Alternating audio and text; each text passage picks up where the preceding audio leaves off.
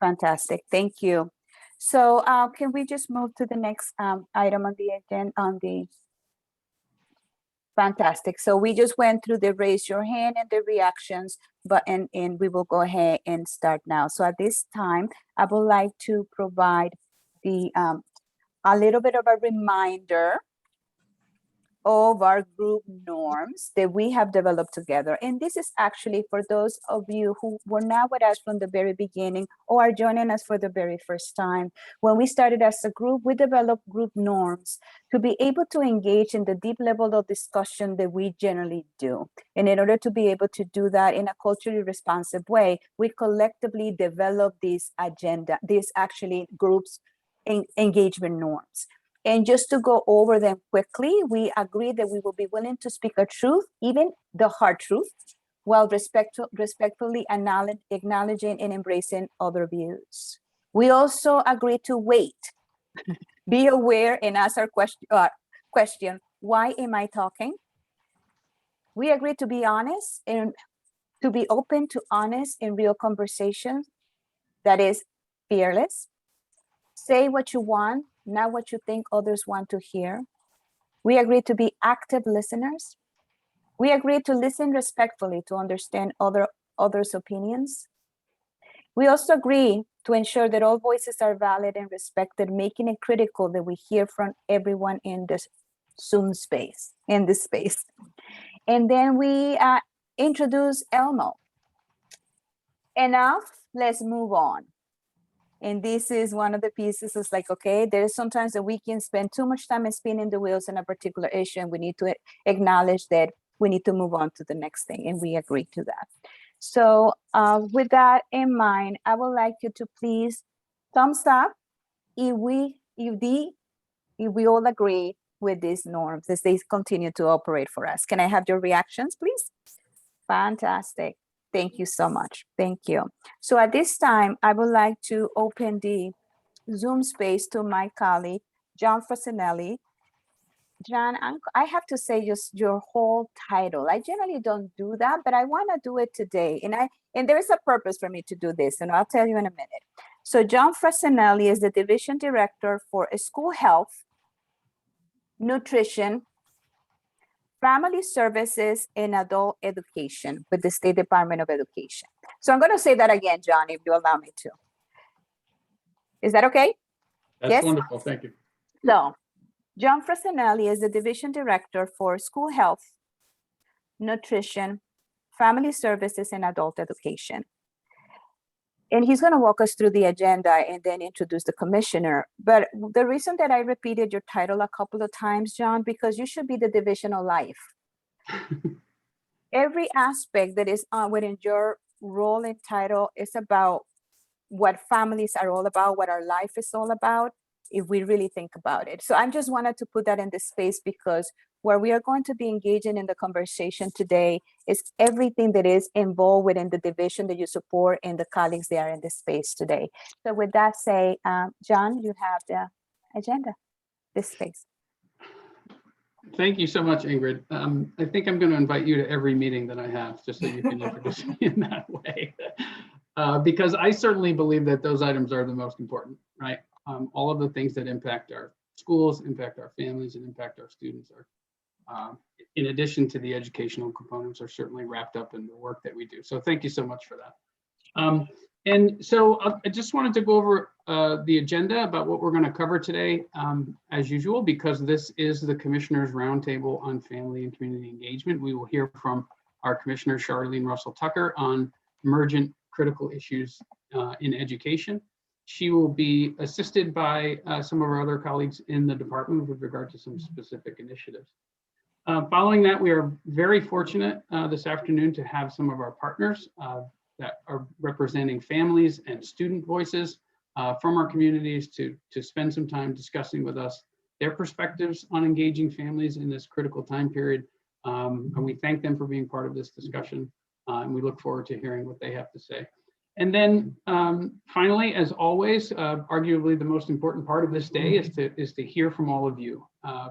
The purpose for this roundtable is to hear what things you're hearing, hear from you what things that you're hearing and seeing and experiencing on the community level and in your circles. And we want to make sure that we carve out some time to hear directly from you, as that directly impacts the work that we do and the work and how we design the work that we do.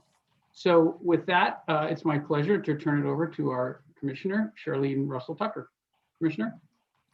Thank you very much, John. And thank you to CERC, Ingrid, as always, and to the entire roundtable. I always look forward to our time together, and certainly looking forward to our agenda today.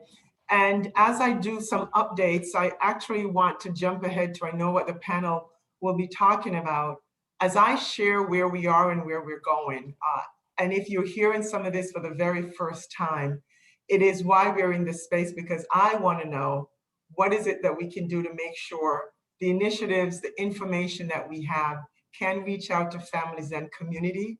And as I go through that, you'll see, because if not, then a lot of the work we're doing will not get to the place it needs to be. I'm talking a little bit later in another meeting about this, about the roundtable and how we got started. This was back in 2016 when we got started, and we do have some things to show from the work we've done together. But this came about for needing to have two-way dialogue and to hear directly from you. So we're asking your help today to help us really figure out in a really authentic way, what is it that we can do from the state agency level? What can we also learn and share with our districts to make sure we have authentic engagement and sharing of information? So kind of keep that in mind as we go through the updates for you. The first thing I wanted to share with you is going out, if not already out, is a press release on work that we've been doing. I think we may have mentioned it at the last meeting, but expanding high quality summer enrichment programs. We had a very competitive process. We're investing and leveraging $11 million of the New American Rescue Plan, secondary education, the funding, the education piece of the American Rescue Plan funding. And we went out, and thanks to our collaboration and partnership with the governor's office and other entities, and we were able to get over 300 applications for programming, summer enrichment programming, summer camps from across the state. And we are awarding that today, or they were notified yesterday. We have a press release that will be going out today that will show that over 200 programs have been funded that will serve over 96,000 students this summer. And it's innovative grants, it's expansion grants, and we're really through 235 grantees that will be participating. But here we are. And I literally had a quick conversation with the governor this morning. I said, if we build it, we really want our families and kids to come. And so I'm asking you to help us figure out how to make that happen. There's going to be a website. But literally, that was the conversation this morning. For those families that are not going on a website to get information, our faith community, how do we get this information out? And so I need you. So just know that is on the list. But that's information I wanted to share with you, and we can also talk more about that. The other piece of information that I wanted to share with you as well, American Rescue Plan funding, not the education piece, but the piece that the state has, is also leveraging and funding free access to museums for the summer, again, for our students and our families. And so that children can go to these wonderful state attractions. Think about the learning. When we're talking about learning every day, everywhere, that can occur where families can accompany their kids to these environments, the museum, Beardsley Zoo. And I want to know, if transportation is a barrier to get there, let me know that. I mean, I really want to work hand in glove with you to help to problem solve these issues. Again, free access, but if folks can't get there, then I want to hear from you, all right? Did I say that as many times as I could? This is so critically important. So wanted to know that is occurring as well. The other thing that I wanted to share with you on where we've been and where we're going is we did a press release on this not too long ago, but maybe our first or second roundtable meeting that occurred, and I can transport myself back to CERC in the building in Middletown. We talked about the state board goal of increasing the number of educators of color, and that the state board had set a 10% goal over the 5 years of the plan. And I am pleased to report that really, at the time, folks were saying, but you're only at 2%. You know, that is not a great audacious goal. And we clarified that it was 1,000, you know, new educators that our goal was to make sure that we were able to increase or diversify our educator core. And so I am pleased to say that, you know, over the past 5 years, we've hired more than 1,900 educators of color. Now, I will quickly say, we have not reached our peak and we're not resting on our laurels. We're just saying we set a goal and we've achieved it, but there's a lot more to do.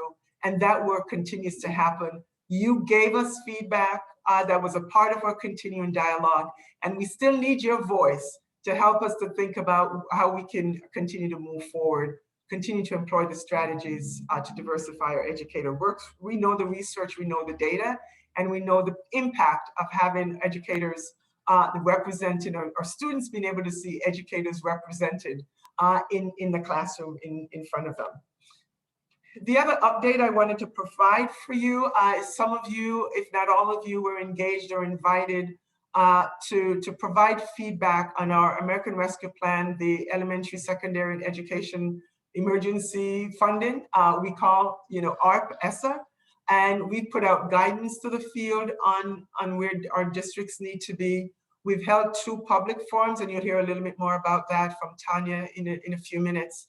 And we've solicited impact. I'm really thrilled to see the diversity of communities that were involved in getting together and to providing us input. And those that were not in the forums are also sending things to us in writing. And I will say, as I said then and I say now, for authentic engagement, that is just the beginning.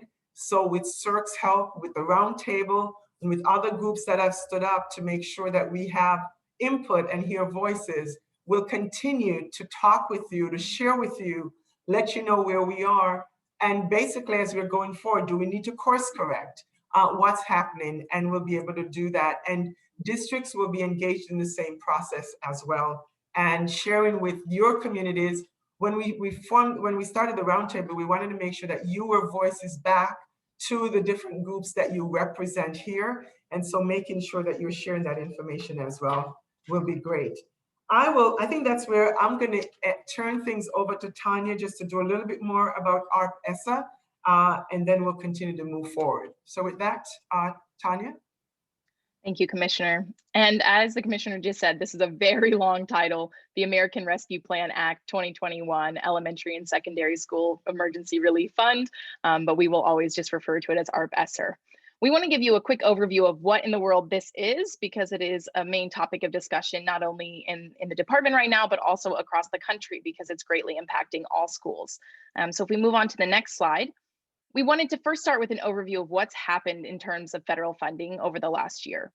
So when the pandemic began, $111 million came into the state to support the survival of our schools. You know, with a flip of a switch, all of a sudden students were having to learn from home. So that 111 of ESSER 1 went into surviving. Then ESSER 2 came with 492 million, and this shifted the narrative to thrive. How can we not only help our students survive this challenging time, but also thrive and come out the other end better? Now, I dare to say this, but it's really a once in a lifetime sort of historic moment that we now have $1.1 billion under ARP-ESSER with this goal of transforming, reimagining our schools to transform our students' lives. And as the Commissioner just said, this is not going to happen unless we actually all come together, unless there's engagement with the community and the families and the local businesses and the schools. We really, truly want this to be transformative for the state and for the communities. With that in mind, a big piece of that is a commitment to equity. And it's very much the Commissioner's vision that we all commit to this together, because it's our collective responsibility to fulfill the established priorities through an equity-focused lens. We all know that there are students that were disproportionately impacted by COVID-19, and it is our goal to use this money to focus on them and to not just keep the status quo, but really shake things up and make it better for every single student in the state. Just to give you a deep dive into what this 1.1 billion looks like, 90% of it must go to the districts. So $995 million has been allocated to the LEAs, or to our local districts, and then 10% stays with the State Department. So 110 million. And we're required to spend some of this on learning loss, summer enrichment, and after school programs.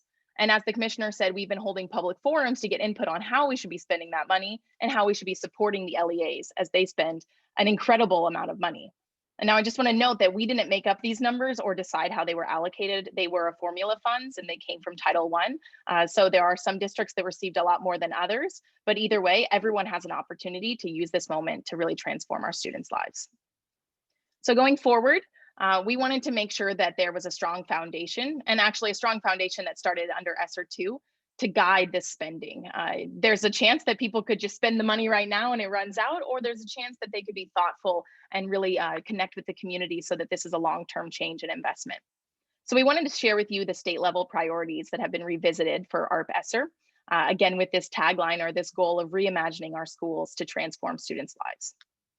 The first one, we wanted to turn on its head the federal language of learning loss, but rather see it as learning acceleration, academic renewal, and student enrichment, how we can really serve our students in the classroom.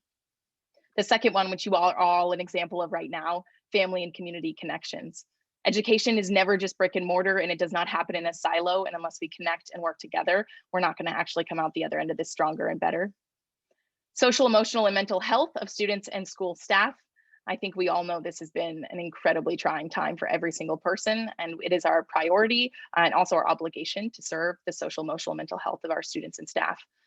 Strategic use of technology, staff development, and digital divide. Incredible progress has been made, but we're still not there. We're not quite done, so we wanted to keep this on the list. And then the last one is building safe and healthy schools. While the first four are programmatic, the last one is operational, because this is an incredible opportunity to build and to make infrastructure changes for safe and healthy schools. And I just wanted to note that this came up in every single one of our public forums, that teachers and parents and then community members really cared about using this funding to build safe and healthy schools. So moving forward, I will pass it on to my colleagues as we dive into some other elements of what's happening right now with funding. But as the commissioner said, we are incredibly excited to hear from you because ARP ESSER is a wonderful opportunity to do something differently. And we want to make sure people know that it's happening. So thank you so much. And with that, I will pass it over. John, may I just interrupt, as I would probably be doing this if we were in the room together, because there's so much to say and we're talking a lot at you. But I just wanted to point out something that Tanya said, because it's just so we are clear. Those priorities, those 5 priorities or Connecticut priorities that we developed under the ESSER 2 funding and going through now. So that really shows the state, our commitment to those areas that you saw there. And I just have to say, and everybody knows this, family and community connections was absolutely had to be on that list for us here in Connecticut, just thinking about the work that we need to do and to do together. So I really just wanted to share that. Other states have actually, Tanya has done a deep dive looking across the country to see what priorities are there. And, you know, I'm pleased to see that folks have actually used the priorities that we've developed here in Connecticut as really grounding for the work that they need to do. So your voice and your work here is reflected in the fact that these are the priorities that we determine in Connecticut that were critically important. Thank you, John. Of course, anytime, Commissioner. Thank you. So this, the program I want to talk a little bit about, the Learner Engagement and Attendance Program, or the LEAP program, dovetails so nicely with Tanya's description of the ARP ESSER funding, because this program, partnership between the Office of the Governor, from the Department of Education, with our regional education service centers, and of course our districts, really dives into looking at what are the challenges that families are facing and what are the challenges that students are facing with being able to continually and consistently engage in school with schools and attend in-person learning or even remote learning in a consistent basis, so they're not so they're continuing to learn and continuing to be supported by their schools and districts. So this program, which the hallmark of which is a home visiting program, is beginning to be rolled out now. And what it does is we've looked at 15 different districts. We've identified district based on what, forgive us for calling them high need, but they're districts that in which we've seen a number of students who are struggling with consistent engagement in schools, struggling with attendance on a regular basis, And what these home visiting programs will do is to talk to families and engage families and find out what are some of the barriers that are keeping the families and their students from being engaged. Are there technological barriers? Are there device issues? Is there broadband? Are there broadband issues? Or is there connectivity concern? Is there need to be some better understanding about the needs of families around connectivity? But are there social emotional concerns as well? Are there behavioral health concerns that can be addressed? Can we connect them with additional social services? And it's really building on what school districts are already doing with regard to connecting with families, identifying the strengths in those initiatives, and enhancing their capacity to do that. And so your part in this is really important and really critical, because you know how to talk to families, you know how to engage families, you know the ways in which we can be successful in this endeavor. So we look forward for some continuing conversation about that later on. And you can find me and send me an email and let me know your thoughts on all of this even after this meeting, because we are continuing to work with our RESC partners on this implementation. And the idea is, let's see what we can do right now to reconnect those kids to school before the end of the school year. Let's make sure that families know of what the commissioner mentioned about the summer enrichment programs that are happening all over the state. And we have 235 new programs or bolstered programs that are happening, 96,000 kids. We want to see as many kids get connected to those programs as we can throughout the summer. And then let's make sure that they're ready, connected, and welcome back to in the transition back to the fall school year, because we want to start on a super high note starting in the fall. So that's the LEAP program. And now I will turn it over to my colleague. I think I'm turning it over to Desi Nesmith. Desi? Good afternoon, everyone. So another resource that we recently released and did a press release for are two things. Back in the fall, when this first started, we knew that our districts needed some additional support. So we did a request for proposals for some research-based supplemental opportunities for kids to have in districts. So we announced recently that free of charge to every district in the state, they will have access to two things. One is called Apex Learning, which is specifically for grades 6 to 12. It is a supplement. Both of these are supplemental resources. They're not designed to replace the day-to-day, but to enhance the Connecticut standards. And this is focused on things like gifted and talented, local credit recovery, personalized learning. Defined learning is the other one that we released, which is for kids in K-12. Again, it's a supplement that can supplement a district's units of study. There's enrichment opportunities and project-based learning opportunities here.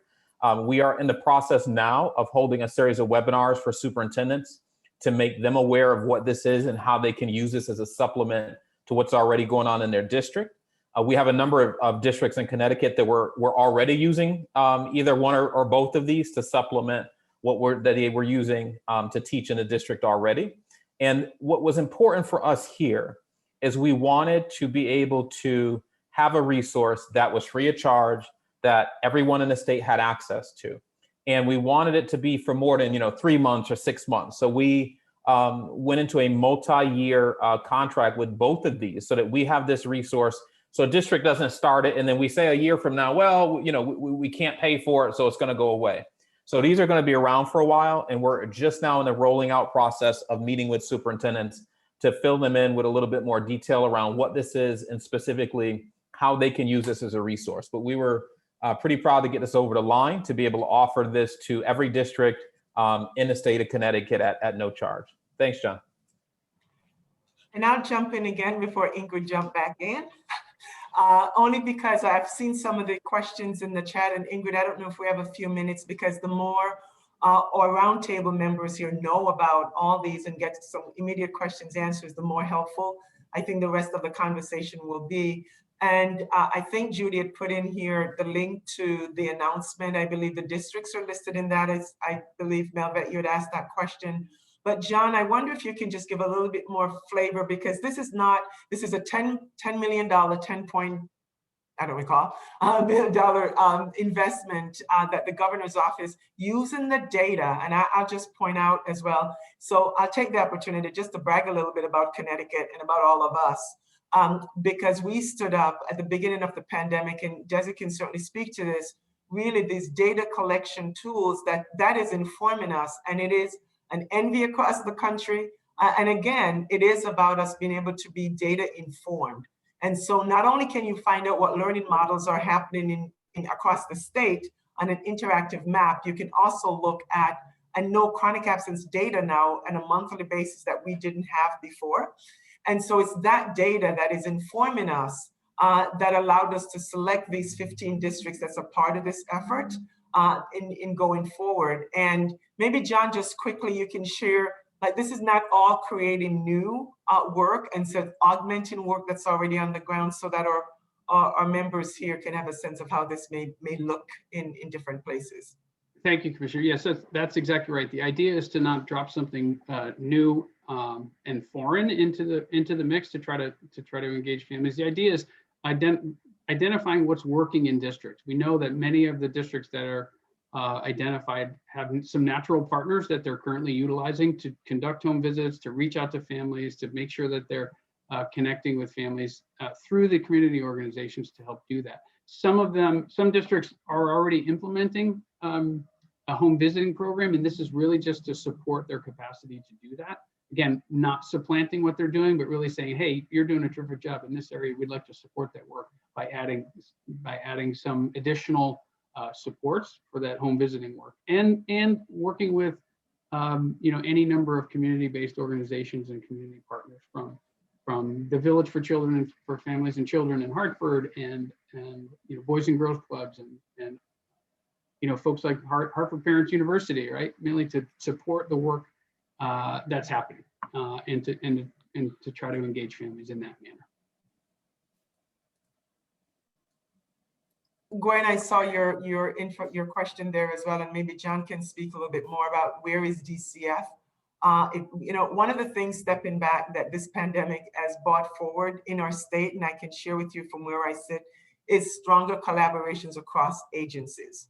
Like, we're having conversations, the governor's brought the state agencies together and commissioners to talk about the through line between all of our work. It's not my group of kids and your group, or your families and my families, it's all our families. And so how do we thread the work going forward?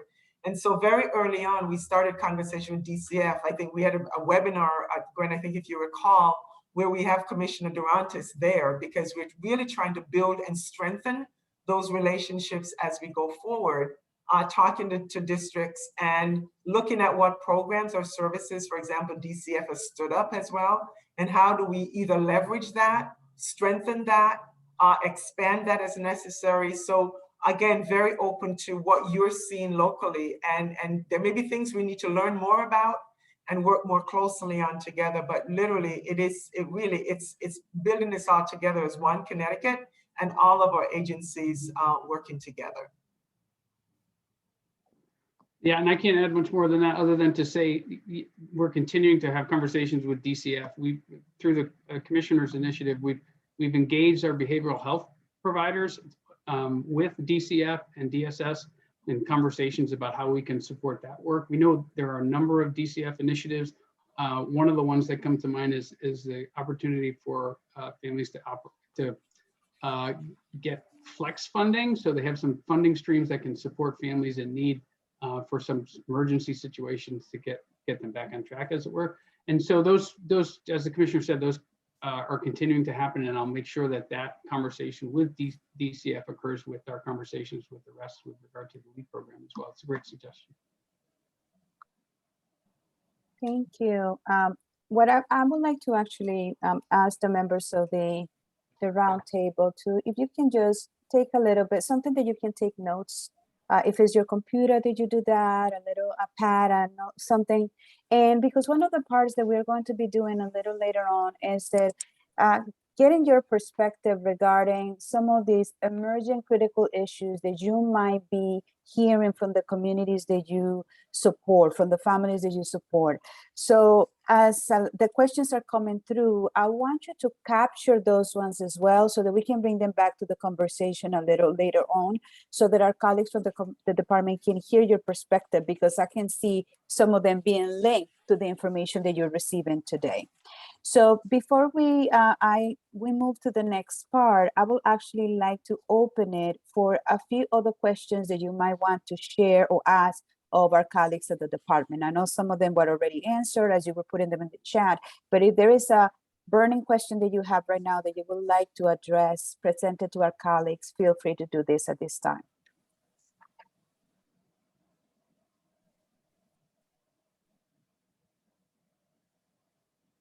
Okay, I do my 30-second wait time.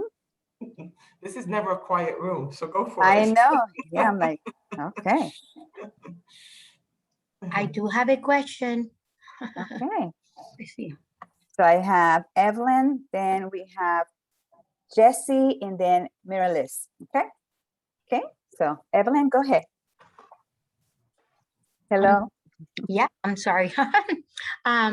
I do have a quick question, and this is something just for clarification purposes. We're talking about, servicing the students, reaching out to the families to create programs to service students. And I wonder if, because we create a platform, right? And it's like an overall platform, but every time we come up with conversations about helping and engaging families, I wonder if there is any specific conversation about how are we reaching families that are not speaking the language? How are we reaching families? For example, Meriden has a high population of Latino students and Latino families, first, second, and third generation. For example, Waterbury have a big Albanian population. So how are we creating resources that are targeting to find ways to communicate and engage and reach out to these families? Because I've been having conversation in with many other programs, and we have programs in schools like Gear Up, for example. We have programs in schools like RISE, right? We have all these programs, and when I said, okay, so what are the opportunities for families to know and understand what these programs are all about, they come up with, we don't have anything. Like, oh, there's no plan. Like, it's that. So it's just, and it's a little bit frustrating that, we have to bring that to the table for people to think about those things, right? And like DCF, for example, all these community agencies that are out there to help us, they really need to think about the population that they're servicing. And it's so crucial that during conversations, we talk about the Latino families, the immigrant families that are coming here that are not necessarily speaking the language, and they don't speak the language, and they don't have any clue of what are the services that we have out there for them. So any particular answer of how are we targeting this community? Thank you, Evelyn. And I'm going to see one from our colleagues from the department who's going to take that passionate question and statement that came across, and we can definitely feel the passion of our colleagues. So Thank you, Ingrid. I'll jump in. Hey, Evelyn, it's Thank you. Desi. One of the things that we have done that I'm proud to say we've done as an agency is we've hired a director of equity and language who has been in this space nonstop for the past year. That is one person, and it's a significant, with 169 districts, we're not going to be able to reach everybody everywhere, but we have as an agency taken that step. Dr. Labas has been tirelessly working, doing webinars, hosting events. Her and I are meeting with a group of families this afternoon. And so we have done more than we have done in the past, but we also have to work closer with districts to help districts to be able to do that. And I see it as our role to help be the conduit, to give districts some ideas on how they can do that.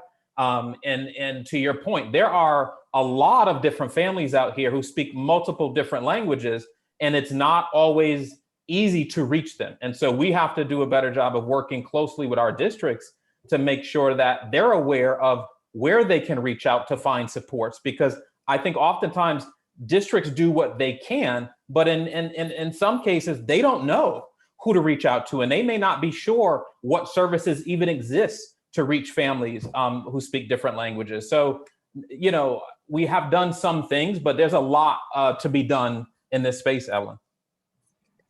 And I'm going to jump in as well, not to lengthen the time, Evelyn. The one thing I'll say to all of you, I know it's easy to get tired, but don't get tired. So as you continue to be in the spaces, we have, even with the plan, we know districts now have to develop their plan, which requires by the federal law, authentic engagement with the family and community.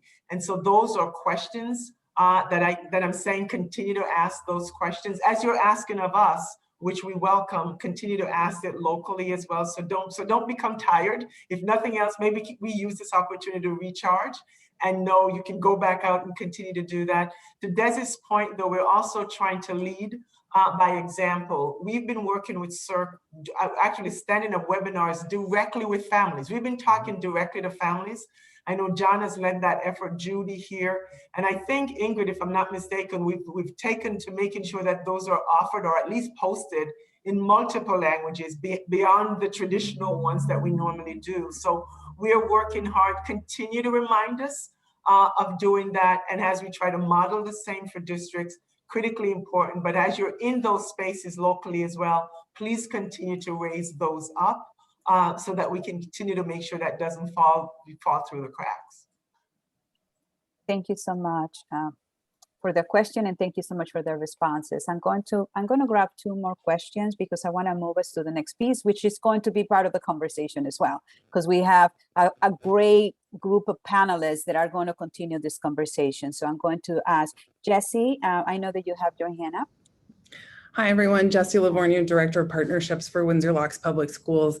Thanks for taking my question. I'm really excited this kind of feeds off of my previous colleague's question of Evelyn's question to really reaching those who we haven't been reaching so far. And I thank you, Desi, for the reminder that Dr. Labus exists and that she's doing this work, because what I'm starting to see is that in a lot of different districts, there are directors of diversity, equity, and inclusion positions that are popping up. And I'm assuming that they're using their ARP-ESSER money to fund these positions.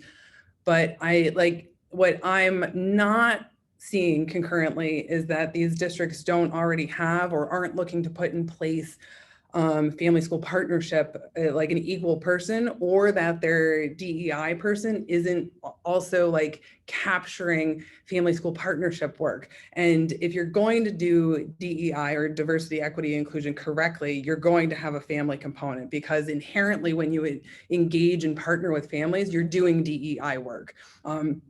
And I'm so happy to see all these like nodding heads, like, yeah. So long story short, my question is that in order to really move the state forward, and I know Dr. Labus is one person, but is the department looking to put in place someone who can oversee and can really like help all of these different districts who are putting in DEI positions, that they infuse a family component to their work? And so part of, Commissioner, I'll start off here, but part of the reason that the feedback piece around the ARP-ESSER forms, that's the type of thing we need to hear. Because the reason that we aren't saying, here's everything we're going to do with this federal money, is because the first step was to hear from people. And so that is why we set up those forums to do that. That is why we wanted to get that feedback before we start to make some decisions and have discussions around how we're going to use that federal funding. And a big part of that is Gladys, and looking at how we can use some of our partnerships with CERC, partnerships with other entities to help support her in that work.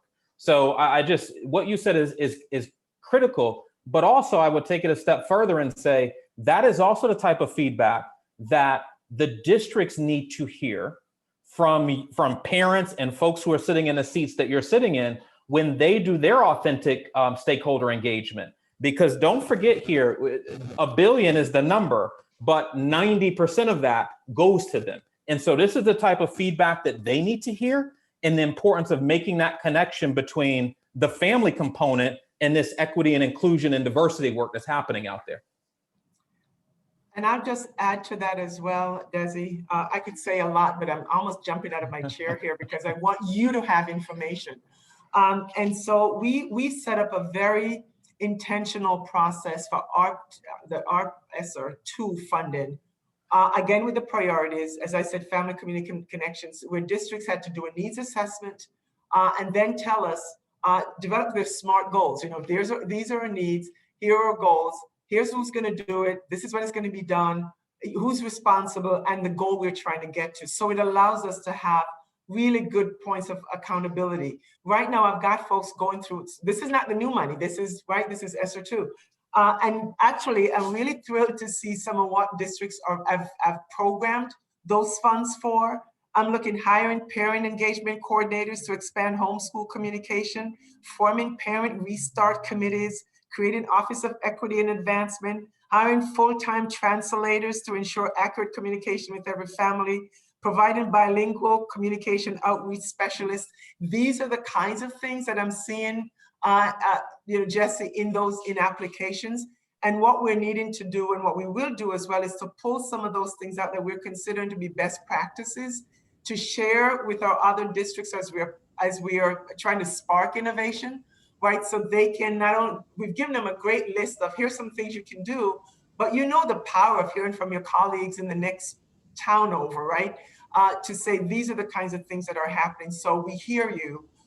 These are really critically important pieces, and we're trying very hard to make those connections and to stitch those together as well. So again, I'll say the same thing I said to Evelyn before. So continue to bring those forward, and you represent the district voice here that is letting us know there's some things we need to be thinking about and supporting the districts as they move forward.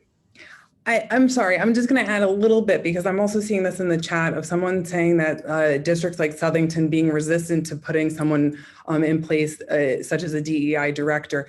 And I'm just wondering if there could be any kind of guidance put out by the department that really pushes districts, because I can't go to every single district that's opening up a position for DEI and speak out because I don't even belong to those communities. But it's like, in order to really serve the students of Connecticut and the families of Connecticut properly, we need DEI and family school partnership together. And I'm just wondering if the department could just either strongly suggest or push in that direction of really that they should be considering to using their monies in this way. That's all.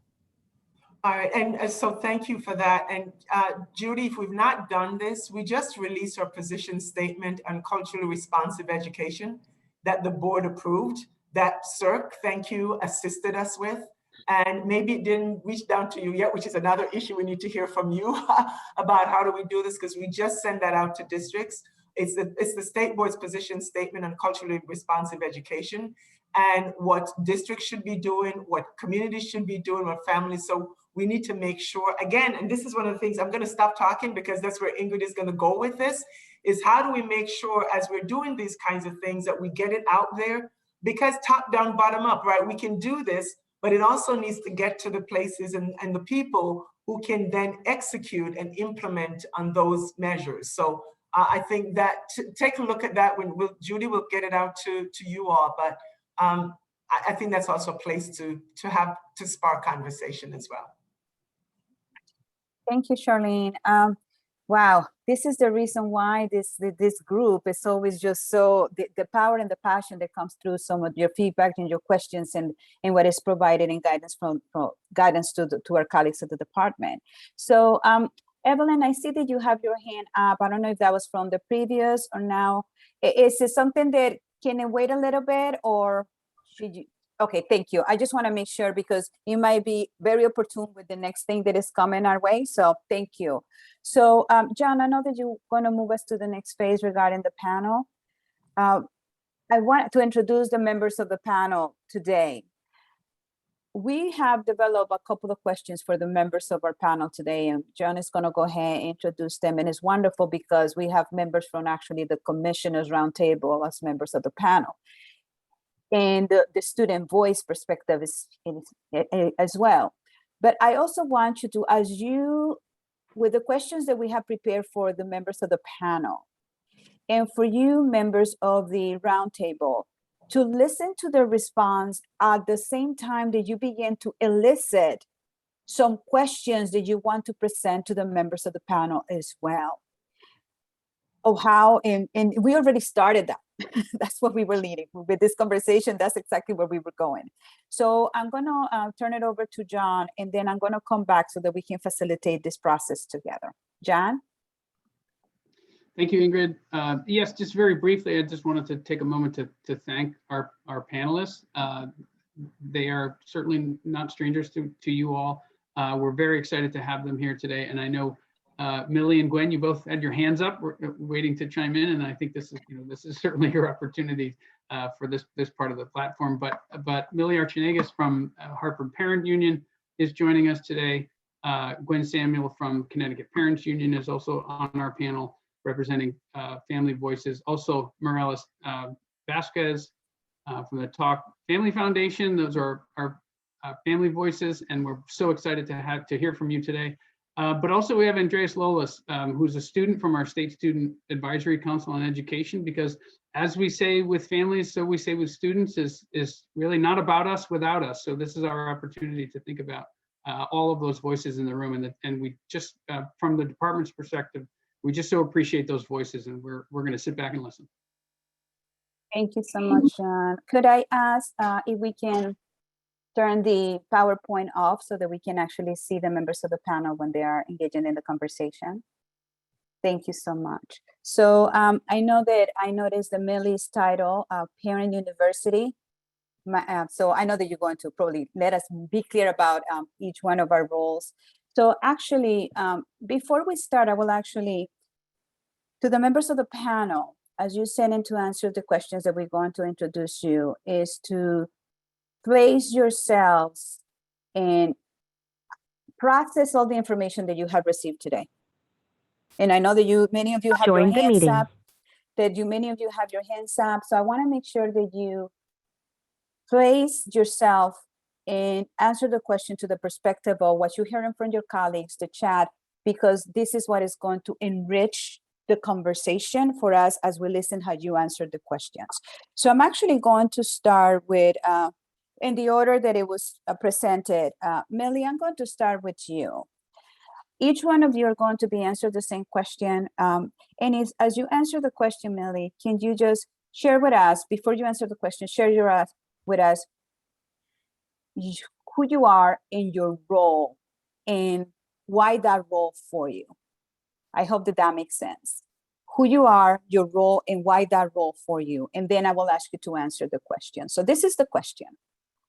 How can the State Department of Education best communicate with families about ESSER and other education-related initiatives and encourage their input and/or participation? I will repeat the question again.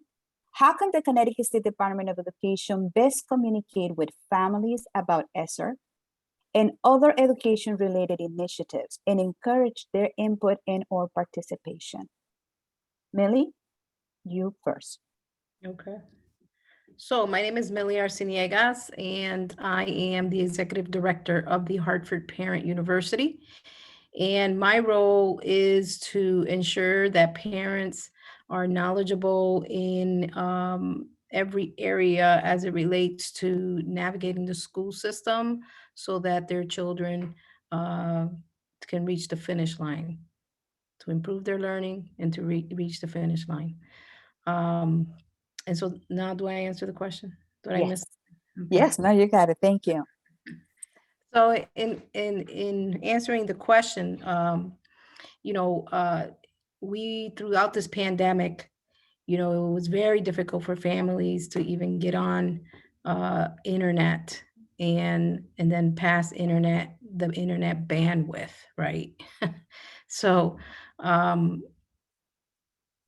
when I think about communicating what we've just heard to families and how they can become more a part of the decision-making process on how these dollars are spent to fulfill the need of their students or their children, rather.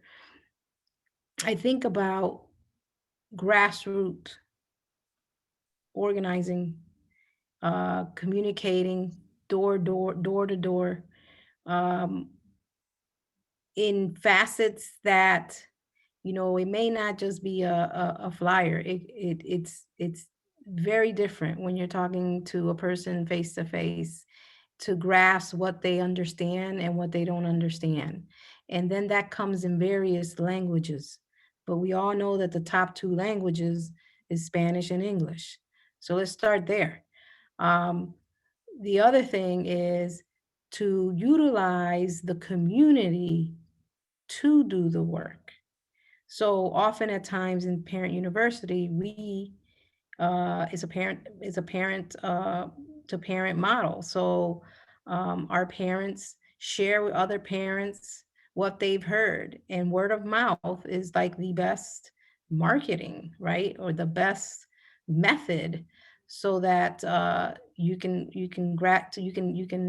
have the masses know about what you're wanting to for them to learn more about, right? So I don't see that enough, right? So even with the organizations that are doing that work, there is not this, oh, you know what, since you're doing the work, why don't you help us with this? You know, we have these funding, and why, you know, how can you help us with what you've already established? And how can we branch off on that? And bring other community-based organizations as well that feel that they can you know, chime in to better communicate with families. That's the area that I really feel that's not being done in a way where it's inclusive, right, of everyone. So I think that's the best method. You know, parent to parent, face to face. Internet is like, yeah, you can do all those other things and send it out on the internet and do all these fancy flyers. But at the end of the day, are they really understanding the message and how they can participate? That's what you really want to grasp out of this. Thank you so much for that response, Millie. Thank you. We're going to come back to you in a minute, but thank you. So I'm going to go to Andreas.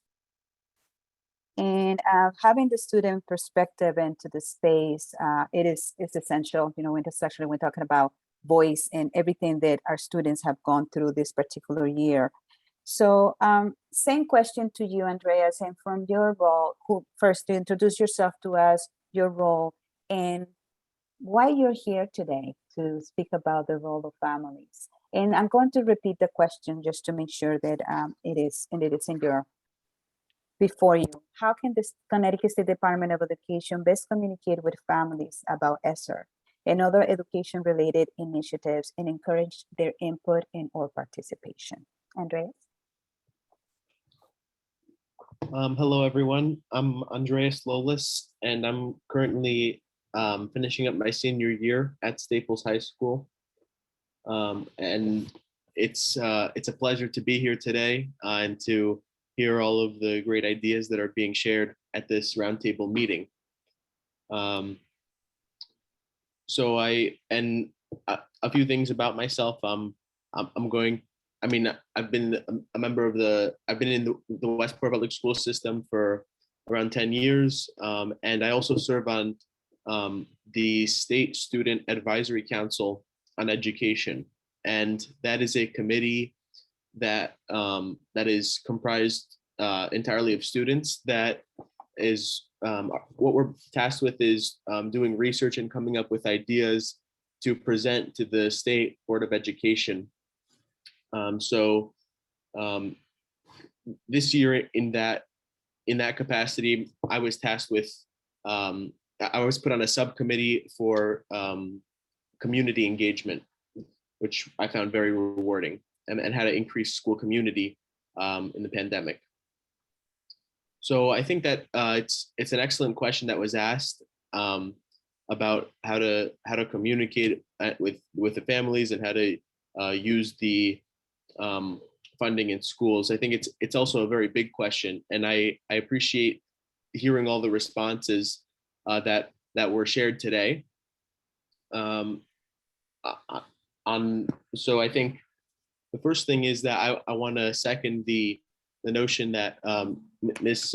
Robles Rivas brought up, which was about students whose families don't necessarily speak English or aren't proficient in that language. And I know, coming from a family where my grandparents were immigrants from Greece, that's you know, I can definitely see why that would be something to consider in this issue, in this situation. I would also advise that, I mean, I think that the initiatives are best, as Mrs. Arciniega said. I think that the initiatives are best communicated with a face-to-face interaction. I mean, that's probably the best way to ensure that the message is being communicated with the community. And then also, I would urge that if there's anything about how to invest in our schools, if there's any consideration as to that, I would say one of the big things that I would encourage is, number one, in low income communities is very important. And also, I think that the role of the guidance counselor in terms of the high school experience is critical, not only to communicate with the student, to guide them on the crucial years of a student's high school experience, but also to communicate with the family and to provide a certain expertise in their experience on decision making and input as to what would be the best decisions for them to make within high school and also for their post high school careers and experience after that. So that's what I have to say on this issue. And again, thank you for having me on this panel. And it's great to be here. Thank you so much for that response, Dries. Thank you. So I'm going to move us to Gwen Samuels. Gwen, same thing, same question for you, same approach. I will repeat the question and then I'm going to switch a little bit, but I want you to address this one for us as well. How can the State Department of Education best communicate with families about ESSER and other education-related initiatives and encourage their input and or participation? And it's so good to see you today. Thank you for being here. We need to be able to hear you. Thank you. Perfect. Okay, thank you. First, shout out to the senior over there. I look forward to hearing about your journey from graduating high school, and you got my vote if you ever run. So with that being said, I'm going to start with a quote. I remember going to an Annie E. Casey Foundation meeting, and this is going to be important to answer this question. And we were talking about community organizations. And one of the ways to measure, he said, I forgot the person that said it at the meeting, but he says, if the people don't know you're gone, if you leave, then it goes to the question of your effectiveness. And so that's how I'm going to answer this question. We have over 233, if I'm right, 235 organizations that are supposed to be community-based on the ground. Right, they submitted their plans, and I am having a little problem with hearing how we don't know how to communicate.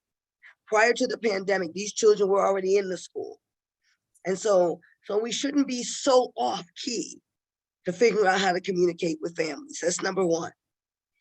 Number two, what a program says on paper and what the actual patterns of practice are very different. So I'm saying to you is whatever grants you have, there has to be a mechanism so that the community can communicate how the new grantees or how the programs are doing. Because to Ms. Charlene's point, our commissioner, we have to be able to course correct. I forgot the other person's response. She said that this is an historical amount of money. This is an unprecedented time where we may be able to meet the needs of children that we may have not been able to meet as effectively. And that is going to go to accountability. But there has to be a mechanism so that the community can speak to you how the actual programs are doing in real time. So that's number one. And so while the state, I get oversight, you know, they oversee everything and we're printing grants out. you still are statutorily responsible for all 500,000 children. So for parents, what I'm hearing on the ground as the founder and the president of the Connecticut Parents Union is that, and to Millie's point, we've been having to unpack this stuff in little focus groups, right? And so ongoing meetings. And so it's one thing to send out an email saying, join us on a call, and you might get 25 people, or you might have to do five persons, small focus groups to get more hands-on with those 25, right? So that they have more of that one-on-one, all right? And while we get that could be daunting, welcome to the pandemic, right? But there's also billions of dollars that it's not fair to just say someone's shooting an email, sending a flyer, show up over here, log in over here, and you're gonna pour all this information without an ability to help parents digest it and unpack. Now I'm gonna speak to Southington for a minute. One of the responses was about Southington. It was pushed back on maybe the diversity and inclusion piece. On the flip side of that, when the Connecticut Parents Union did an event, when I went to Southington, these were majority, matter of fact, they were 99.9 white students that were also struggling during the pandemic. And so what I do not want to see happen as a mom of color is that we get so caught and focused on the diversity, not remembering that Connecticut's public school children as a whole, regardless of race, struggle. So what I'm asking that this body do is that to ensure there are checks and balances, that each one of those grants not only have a plan of how they're going to outreach, but it just doesn't check a box off. Has to be very specific, because then if it's not happening, to your point, it's not about blaming, it's about course correcting before we get too far off and parents are further behind. Because to the point, DCF is now in homes. I'm dealing with several families that Connecticut Parents Union, are part of their plans. And last I will say is help parents develop individualized education plans. We have them for children. We say IEPs for students. Connecticut parents do IEP for parents. Parents have to see their journey too. Like, how does this look for me? If I'm going back to work, if I'm displaced from work, I'm now unemployed, and now I have to get back, so the parents are going to require just a little bit hands-on. It has nothing to do with educational level. It has nothing to do with their abilities. It has everything to do with the pandemic and the unintended consequences and the consequences of the pandemic. So that's what I'm focused on, the accountability, checks and balances, and we leave literally no child behind. And we don't care what color that child is, they all deserve access to a safe and quality educational experience to get them back on track and to stay on track and to move from surviving to thriving to transforming, like you said earlier. And that is a process, and that requires a lot of communication and intentionality. Great. Thank you so much, Wen. I can definitely tell that our colleagues from the department want to provide a feedback for that. Deputy Commissioner. Thank you. And Gwen, I just have to jump in here on something that you said, because I lived this with Millie 13 years ago. I think it was Millie, when we did what we did. And one of the things that I want to put out in this space is we cannot forget that in the places that are doing it well, we need to blow them up. We need to share those practices, because when Millie and I did this work back 13 years ago, I don't recall one time anybody in where we were saying, how did you do it? Or how can we take what you did and replicate it? Or what best practices can we share? When this is done well, oftentimes it's done in a silo and nobody finds out about it. So when we have places doing it the way that we think it needs to be done, we just have to remember to blow that up. It's not just about the places that aren't doing it a certain way, but it's about the people that are doing it the right way, to make sure that we are sharing that and replicating that. Because it doesn't need to look different in 169 different towns. But I just had to, Millie knows how I feel. So I just needed to get that off my chest. Thank you for the opportunity, Ingrid. Thank you. Well, but you just have become part of the panel as well. Love it. Thank you. Thank you for that perspective, which is amazing. I'm sorry. Because no, that's perfect. Which is leading us into actually the transition to the next question that I'm actually going to put forward to our next panelist, which is Miraliz Vasquez, regarding this question, Miraliz, because I want to move us into this, is what can the Connecticut State Department of Education communicate with districts as practical approaches to engage and communicate with families and communities about the ESSER planning and opportunities? You see, this is the segue, because this is exactly what we're just talking about. So Miraliz, same thing, just who you are, your role, and go at it at the question. Sure. Thank you, Ingrid. And so my name is Morales Vasquez, and I'm the Executive Director of the Talc Family Foundation, and I'm also the representative to the roundtable of the Connecticut Council for Philanthropy. And I'm also a parent.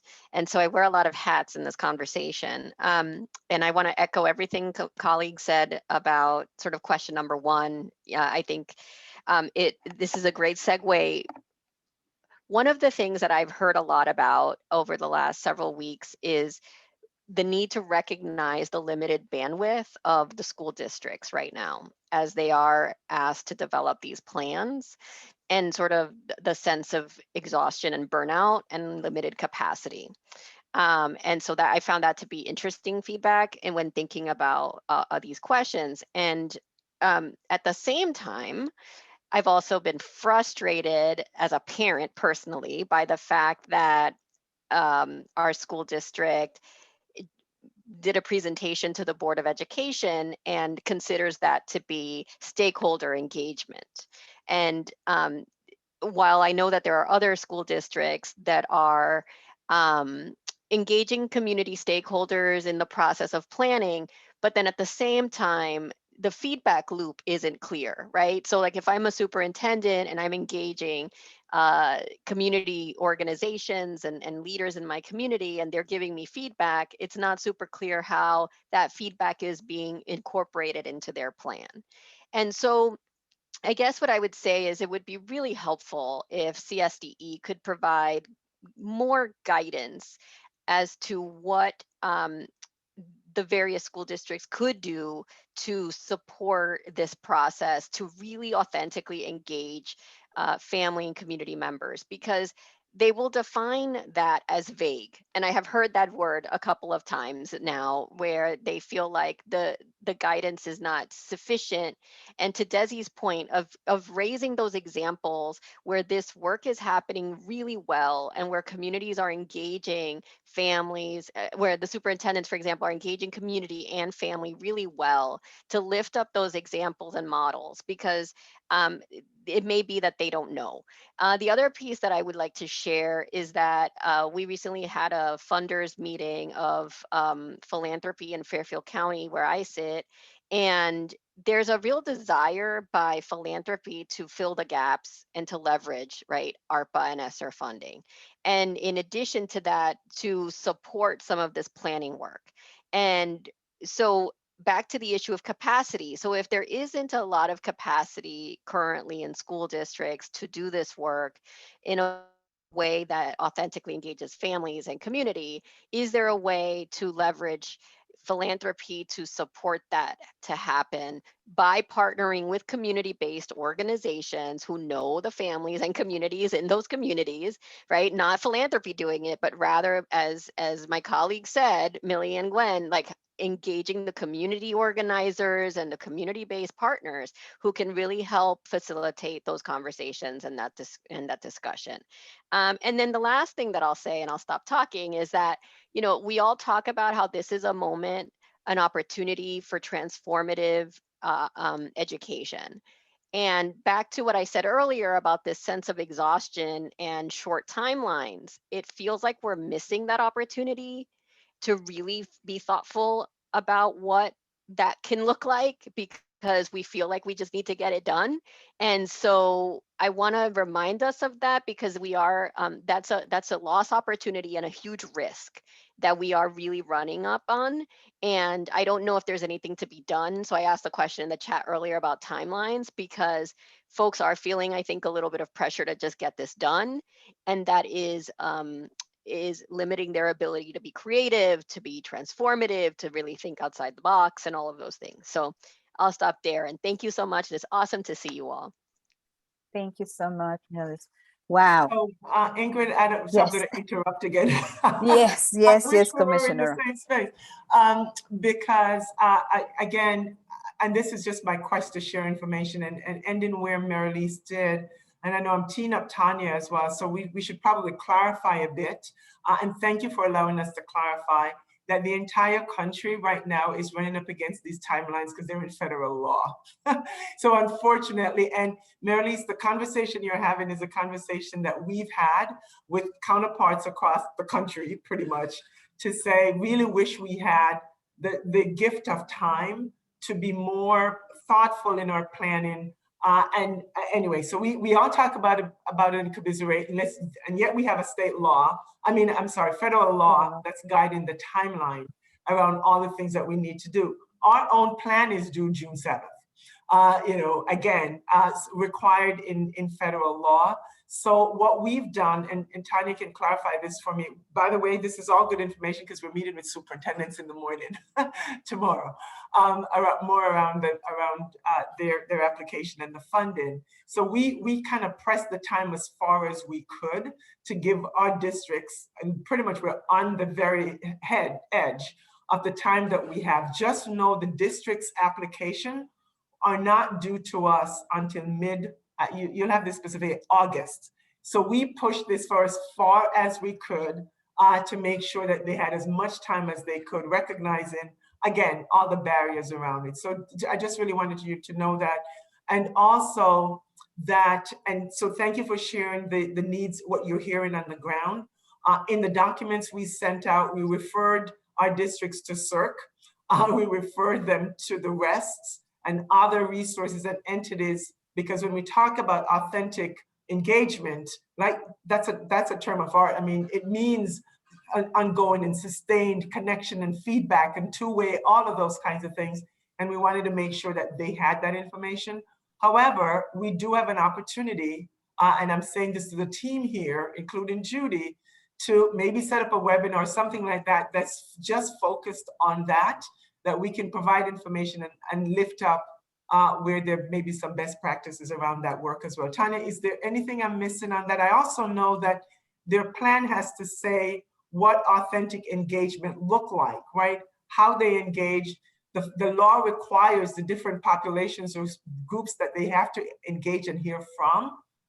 And they have to tell us, I think we have to do the same thing in our plan, kind of how that engagement informed our plan. Did I miss anything there, Tanya? No, that's spot on, Commissioner. And I think what we tried to do for the application the districts have is mirror what we're being asked, just to make sure that we're hitting the federal regulations. And so we're asking them to provide letters of support, who they spoke to, how they spoke to them, and really encourage them to move beyond public comment. So in the application, it describes that it requires kind of a two-way conversation versus just send me an email. And I just wanted to flag that it's August 16th is when their applications are due. And that is the very, very last date that we possibly could to maintain the law that we've been given. And I would just say, Commissioner, thank you as always for your awesome feedback and your thoughtfulness. And Tanya, your presentation was excellent. Use philanthropy, right? So we have until August 16th. So let's think about how can we partner with philanthropies in various communities to provide whatever it is, capacity building support of any sort, convening capacity, whatever is needed, so that school districts can engage families in a meaningful way between now and August 16th. So awesome. That will be a direct message that we will be delivering to our superintendents tomorrow morning. So thank you, Marylise. And Commissioner, I want to add to that comment. I also think it's important that as families are engaging with districts around this feedback piece, that there's a focus on sustainability. We have to be thinking about the future, because this federal money will go away. This is not in perpetuity. So we need to start thinking now about sustaining some of these ideas and some of the things that will help our kids, so that we don't end up with looking up 2 years from now, 3 years from now saying, uh-oh, what are we going to do? And that's part of why it's important for districts to engage with philanthropy and bring them to the table early on, and not wait until the end to say, uh-oh, this program's running out, we need somebody to fund it. I'll stop. So, wow. But this is what happens. So I'm being very conscious of the time. We only have 6 minutes together. So first of all, let me recognize and thank you for staying engaged in our group norms, as be willing to speak your truth, even it might be a hard truth. And this is the essence of the work that we do together, because we heard the amazing efforts that our colleagues from the department are doing, but we still need more work. And they are taking all this information, and we can, and I say we, the reality is that in order to be able to move forward, we need to acknowledge that there is an urgency, that even though we have done a lot, there is a lot more that needs to be done, because all of our communities are suffering. All of our communities are going through a lot. And I want to leave us with the essence of this is the spotlighting where it is happening. And we need to hold on to that. And I took notes of that, because we need to really bring that to the attention of superintendents, communities, where there's happening, and it is happening, and is really given that it's impactful. So I wanted to personally thank the members from the panel, from your speaking your truth, putting your perspective. Thank you so much. Andreas, congratulations to you. We look forward to really hearing more from you. And thank you for all the work that you're doing with the State Department of Education, and as a member of the advisory group. Thank you so much. It's wonderful to have the perspective in this space as well. So before I turn it over to the commissioner, I asked you earlier to jot down some questions, things that you might have. I'm going to give you a minute. In a minute in the virtual space is a long time. You'll see. I'm going to give you a minute for really jot down another critical issue that you want our colleagues from the department to keep in mind as we come back together the next time. Any questions that you might have in another critical issue that they need to be aware of. So I'm going to give you a minute to do that, and I'm going to time that minute. And when you hear my voice, I'm going to ask you I'm going to tell you who you're going to send that information to. Okay, you have a minute now.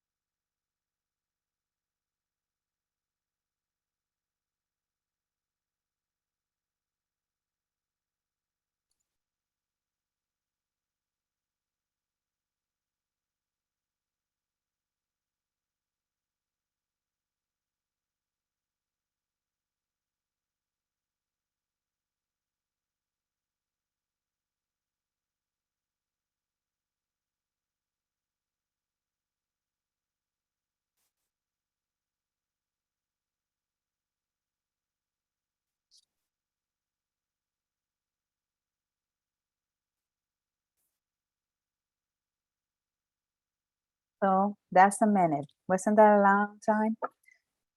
So I'm going to ask you, please, if you can, for those of you that would like to share your responses, to email those responses to Judy Carson.